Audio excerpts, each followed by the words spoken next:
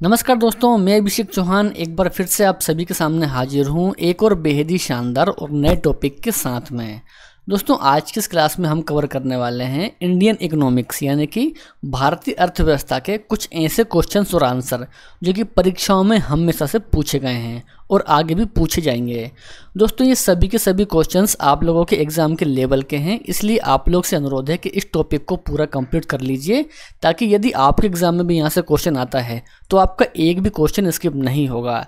शुरुआत कर लेंगे आज के हमारे पहले क्वेश्चन से। दोस्तों, आज का पहला क्वेश्चन आप सभी की स्क्रीन पर, राष्ट्रीय कृषि बीमा योजना यानी कि NAIS कब लागू की गई थी? बहुत ही बढ़िया क्वेश्चन दोस्तों। तो प्यारा साथियों, राष्ट्रीय कृषि बीमा योजना लागू की गई थी 1999 और 2000 में, यानी कि राइट आंसर इस क्वेश्चन का ऑप्शन नंबर A कहलाएगा और ये आपको बिल्कुल ध्यान में भी रखना है। सेकंड है, कपार्ट का मुख्यालय कहाँ है?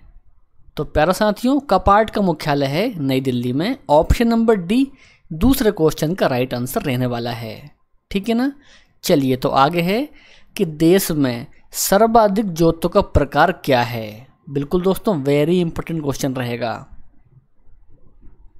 तो सम सीमांत है दोस्तों देश में सर्वाधिक जोतों का प्रकार, तो ये भी आपको ध्यान रखना है। ऑप्शन नंबर B तीसरे क्वेश्चन का यहाँ पर सही आंसर हो जाता है।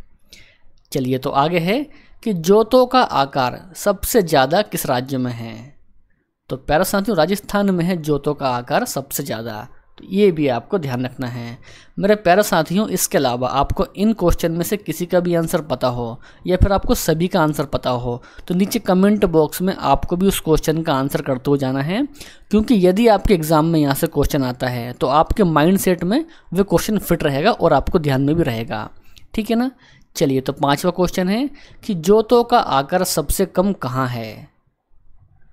दोस्तों, जोतों का आकार सबसे कम है केरल राज्य में। इसके हिसाब से ऑप्शन C इस क्वेश्चन का एकदम सही आंसर रहने वाला है।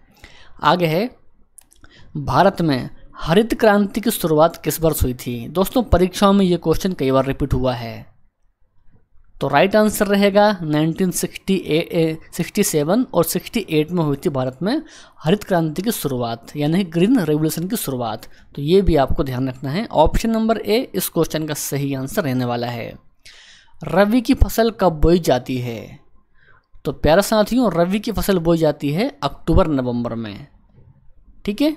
चलिए, तो आठवां क्वेश्चन के लिए आंसर करेंगे आप लोग। खरीफ फसल कब बोई जाती है?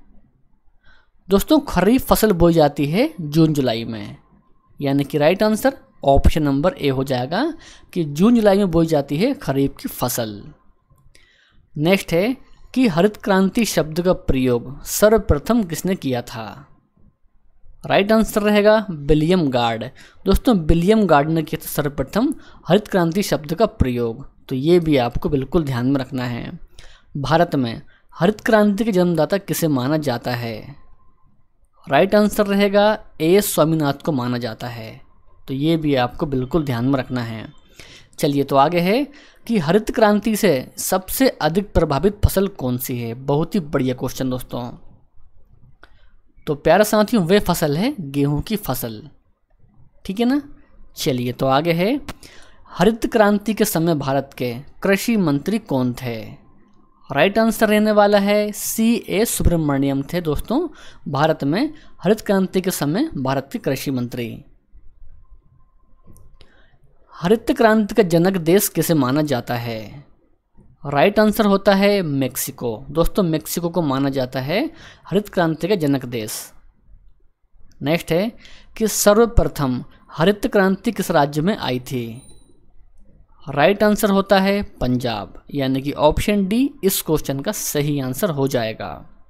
आगे है कि पीली क्रांति किसके उत्पादन से संबंधित है?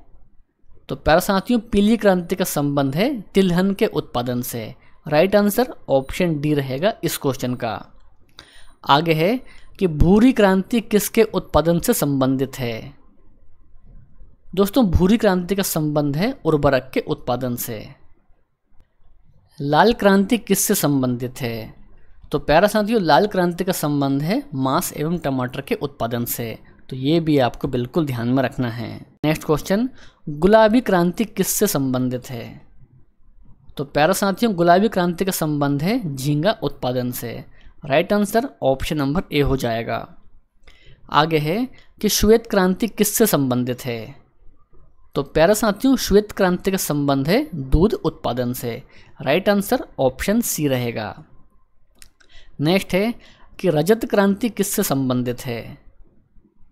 आंसर हो जाएगा अंडा के उत्पादन से संबंधित है रजत क्रांति। 21 करेंगे कि बादामी क्रांति किसके उत्पादन से संबंधित है? आंसर रहेगा मसाला। तो प्यारे साथियों बादामी क्रांति संबंधित है मसाले के उत्पादन से। राइट आंसर इस क्वेश्चन का ऑप्शन डी हो जाएगा। गोल क्रांति किससे संबंधित है? सही आंसर रहेगा आलू के उत्पादन से संबंधित है गोल क्रांति। ठीक है ना। चलिए तो आगे बढ़ेंगे। नीली क्रांति किससे संबंधित है? तो प्यारे साथियों नीली क्रांति का संबंध है मत्स्य पालन से। हमारा अगला क्वेश्चन कृष्ण क्रांति किससे संबंधित है? तो प्यारे साथियों कृष्ण क्रांति का संबंध है पेट्रोलियम से। ऑप्शन नंबर डी इस क्वेश्चन का सही आंसर रहने वाला है। ब्राउन क्रांति किससे संबंधित है? तो प्यारे साथियों ब्राउन क्रांति का संबंध है गैर परंपरागत ऊर्जा से। तो ये भी आपको बिल्कुल ध्यान में रखना है। नेक्स्ट है कि सुनहरी क्रांति किसके उत्पादन से संबंधित है? तो प्यारे साथियों फल के उत्पादन से संबंधित है सुनहरी क्रांति। तो ये भी आपको ध्यान रखना है। इनमें से कौन सा प्रत्यक्ष कर है? तो प्यारे साथियों भू राजस्व कर होता है इनमें से प्रत्यक्ष कर, यानी कि डायरेक्ट टैक्स। तो ये आपको ध्यान रखना है। इस क्वेश्चन का सही आंसर ऑप्शन नंबर ए सही है। नेक्स्ट है कि इनमें से कौन सा अप्रत्यक्ष कर है, यानी कि इनडायरेक्ट टैक्स है? राइट आंसर रहेगा बिक्री कर। तो प्यारे साथियों बिक्री कर यहाँ पर एक अप्रत्यक्ष कर रहेगा। तो ऑप्शन डी इस क्वेश्चन का राइट आंसर रहने वाला है। आगे है कि केंद्र सरकार की आय का सबसे बड़ा स्रोत क्या है? राइट आंसर रहेगा निगम कर। तो प्यारे साथियों केंद्र सरकार की आय का सबसे बड़ा स्रोत है निगम कर। 30 क्वेश्चन कि भारत में मुद्रास्फीति की माप किसके द्वारा की जाती है? तो प्यारे साथियों मुद्रास्फीति की माप की जाती है थोक मूल्य सूचकांक के आधार पर। राइट आंसर इस क्वेश्चन का ऑप्शन नंबर ए हो जाता है। 31 है कि मुद्रास्फीति से हानि किसको होती है? तो मेरे प्यारे साथियों देनदारों को होती है मुद्रास्फीति से हानि। ऑप्शन नंबर ए इस क्वेश्चन का सही आंसर रहने वाला है। आगे है कि मुद्रास्फीति से लाभ किसको होता है? तो प्यारे साथियों लाभ होता है मुद्रास्फीति से उत्पादक तथा उद्यमी वर्ग को। ऑप्शन बी यहाँ पर इस क्वेश्चन का ये सही आंसर होने वाला है।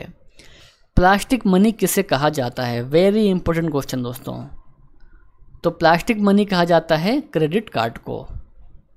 ठीक है ना। 34 है कि भारत में विदेशी मुद्रा का सर्वाधिक व्यय किस पर होता है? दोस्तों विदेशी मुद्रा का सर्वाधिक व्यय होता है पेट्रोलियम पर, यानी कि राइट आंसर इस क्वेश्चन का ऑप्शन बी रहेगा। पेट्रोलियम की आयात पर होता है भारत में विदेशी मुद्रा का सर्वाधिक व्यय। 35 है कि भारत में मुद्रा की मीट्रिक प्रणाली सर्वप्रथम कब अपनाई गई थी? सही आंसर होता है 1 अप्रैल 1957 में अपनाई गई थी भारत में मुद्रा की मीट्रिक प्रणाली। तो राइट आंसर इस क्वेश्चन का ऑप्शन नंबर ए रहने वाला है। 36 है LIC की स्थापना कब हुई थी? दोस्तों LIC की स्थापना हुई थी 1 सितंबर 1956 में। तो ये भी आपको दोस्तों बिल्कुल ध्यान में रखना है। आगे है कि भारतीय रिजर्व बैंक की स्थापना कब हुई थी?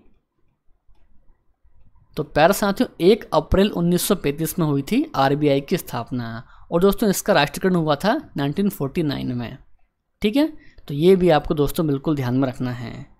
हमारा अगला क्वेश्चन है कि भारत में रिजर्व बैंक का राष्ट्रीयकरण कब हुआ था? मैंने आपको जस्ट बताया। तो इस क्वेश्चन का सही आंसर रहेगा ऑप्शन सी 1949 में हुआ था RBI का राष्ट्रीयकरण। भारतीय स्टेट बैंक की स्थापना कब हुई? तो प्यारे साथियों भारतीय स्टेट बैंक की स्थापना हुई थी 1 जुलाई 1955 में।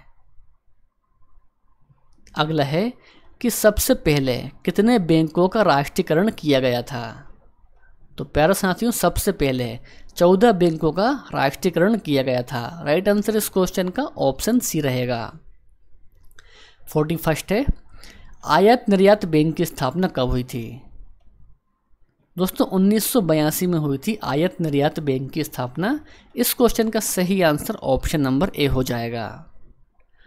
42 क्वेश्चन दोस्तों, ग्रेशम का नियम किससे संबंधित है? तो प्यारे साथियों ग्रेशम का नियम संबंधित है मुद्रा प्रचलन से। और दोस्तों आज के टेस्ट क्वेश्चन आप सभी के लिए, हरित क्रांति का विश्व स्तरीय जनक किसे माना जाता है? बिल्कुल दोस्तों बहुत ही बढ़िया क्वेश्चन है। तो इस क्वेश्चन का आंसर आपको कमेंट बॉक्स में बताना रहेगा। वीडियो पसंद आया हो तो वीडियो को आपको लाइक करना है, अपने दोस्त और भाई बहन में इस वीडियो को शेयर भी करना है। तो मिलते हैं हम नेक्स्ट वीडियो में। जय हिंद, वंदे मातरम।